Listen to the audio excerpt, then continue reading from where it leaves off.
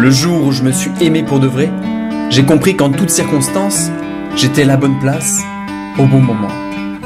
Et alors j'ai pu me relaxer. Aujourd'hui, je sais que ça s'appelle estime de soi.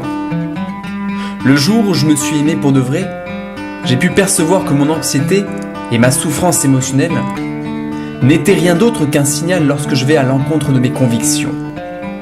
Aujourd'hui, je sais que ça s'appelle authenticité. Le jour où je me suis aimé pour de vrai, j'ai cessé de vouloir une vie différente et j'ai commencé à voir que tout ce qui m'arrive contribue à ma croissance personnelle. Aujourd'hui, je sais que ça s'appelle maturité. Le jour où je me suis aimé pour de vrai, j'ai commencé à percevoir l'abus dans le fait de forcer une situation ou une personne, dans le seul but d'obtenir ce que je veux, sachant très bien que ni la personne, ni moi-même ne sommes prêts et que ce n'est pas le bon moment. Aujourd'hui, je sais que ça s'appelle respect. Le jour où je me suis aimé pour de vrai, j'ai commencé à me libérer de tout ce qui ne m'était pas salutaire, personne, situation, tout ce qui baissait mon énergie. Au début, ma raison appelait cela de l'égoïsme. Aujourd'hui, je sais que ça s'appelle amour-propre. Le jour où je me suis aimé pour de vrai, j'ai cessé d'avoir peur du temps libre. Et j'ai arrêté de faire de grands plans. J'ai abandonné les méga projets du futur.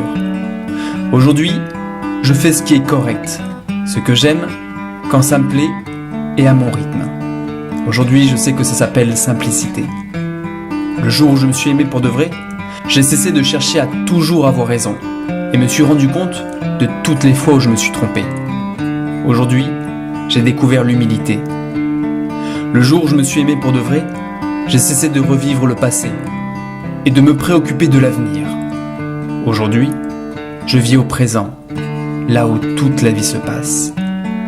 Aujourd'hui, je vis une seule journée à la fois. Et ça s'appelle plénitude. Le jour où je me suis aimé pour de vrai, j'ai compris que ma tête pouvait me tromper et me décevoir. Mais si je la mets au service de mon cœur, elle devient un allié précieux.